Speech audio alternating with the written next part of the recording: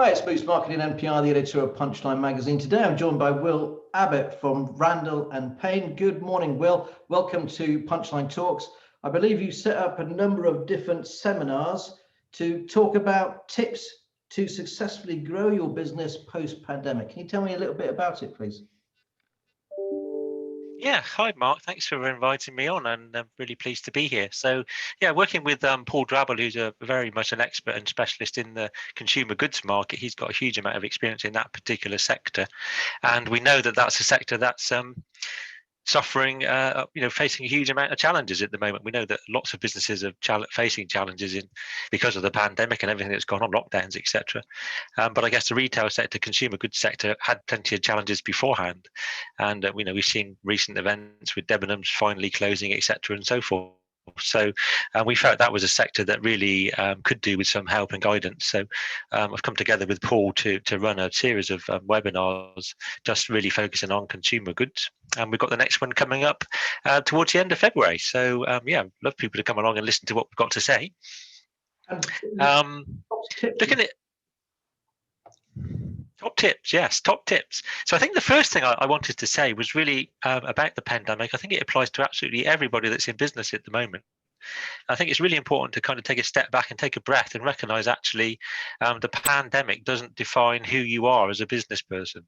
So we're facing some really extraordinary circumstances, and I think it's easy to fall into the trap of thinking that actually I'm a useless business person now because I'm struggling with COVID. I mean, that's just not the case. It's just a really unusual set of circumstances that we're all having to cope with. So I think it's actually just important to recognize that what's going on with COVID doesn't define what you are as a business person. Doesn't mean that you're massively successful or a failed business person or a poor business person. It's just what it is. I think if you can kind of get over that thinking, that will open up your thought processes and allow you to move forward a bit easier. During the webinar, Paul is going to talk a lot about customer value, understanding customers and understanding your own competitive advantage. And again, this is something I see when I'm working with businesses a lot. And I think people probably have an understanding of what they think makes them different, but I'm not sure they commit to it 100%. So we find often people will say, well, we differentiate ourselves, we're fantastic, we do great customer service. And one of the challenges with something like that is that everybody else is saying the same thing. And what I tend to see is that they promise customer service, and great customer service costs money. Let's be honest about it. There's costs associated with providing great service. But what they actually believe in their own mind is the customer is buying on price. So they say they provide great customer service, but what they really try and do is deliver a low cost service, and the two things conflict. So my view is actually if you have a competitive advantage, you really must commit to it. So if you think it is customer service, then you really do have to deliver great customer service. And what will differentiate you at some point going forward from your competitors is not the promise that you make, it's whether you actually deliver on the promise. So again, if you get this conflict between promising great service and then trying to deliver a low cost service, you just get this conflict, and potentially you won't do either. So do one or the other if it's one of those two that you're going to differentiate, but really do it properly. Don't try and muddle the message. The next thing I would say, coming back to more finance side, which I'm going to talk about in the webinar, there really is no excuse nowadays not to have bang up to date management information available. The cloud accounting stuff that we're doing and the various apps and bolt-ons that you can get, there really is no reason not to have management accounts regularly. At the end of every month, within a few days of the month end, you should have accurate information. Above that, you should have, I think, 3 or 4 KPIs that you are measuring every week. You might even have one that you're measuring every day. Waiting to the end of the month to find out how you're doing, waiting to the end of the quarter, even in some cases to the end of the year to find out how well you've done is just way too long. You need to be more dynamic, more agile than that. You need to know what's going on in your business day to day so you can make the changes.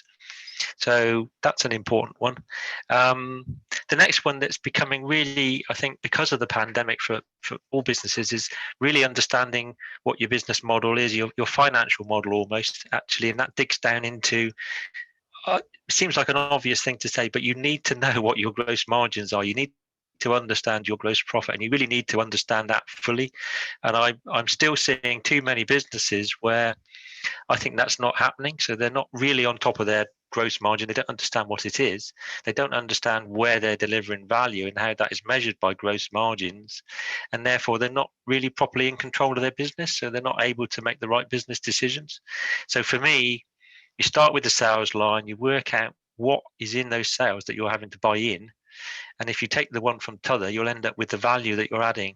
And often that value is delivered by labor, by people working. And then you need to work out, what kind of multiple you're getting on your labor costs. So this is the heart of your business. And it surprises me again how often I pick up sets of accounts or we pick up clients and start doing the bookkeeping and the management accounts for them. And this is the first thing we're trying to dig into. I got an example of one recently that's been trading for 7 years, an online business, and for 7 years they've never really understood their margin, and it's quite a complicated business. There's quite a lot of adjustments you need to make to get into that number, but it's so powerful when you get there and understand exactly what the business is doing fundamentally. So I think that's really important. If you can't tell me what your gross margin is right now, if I ask you, then you're not properly in control of the business. Where did I get to? Was that number 4? Was that number 5? Well, actually, I'm afraid. But give us one more.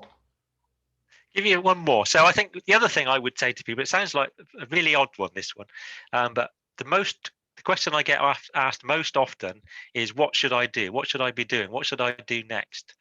And I think we're constantly looking for more things to do. We just equate hard work and more things being done with success, when actually most of the people I work with are already short of time.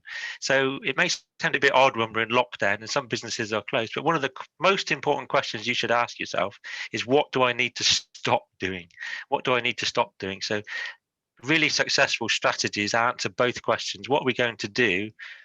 What are we going to not do? What are we going to stop doing? Which customers aren't we going to work with? What products aren't we going to provide? So when we're all tremendously busy, it's such a powerful question just to stop and ask ourselves, what are we actually going to stop doing?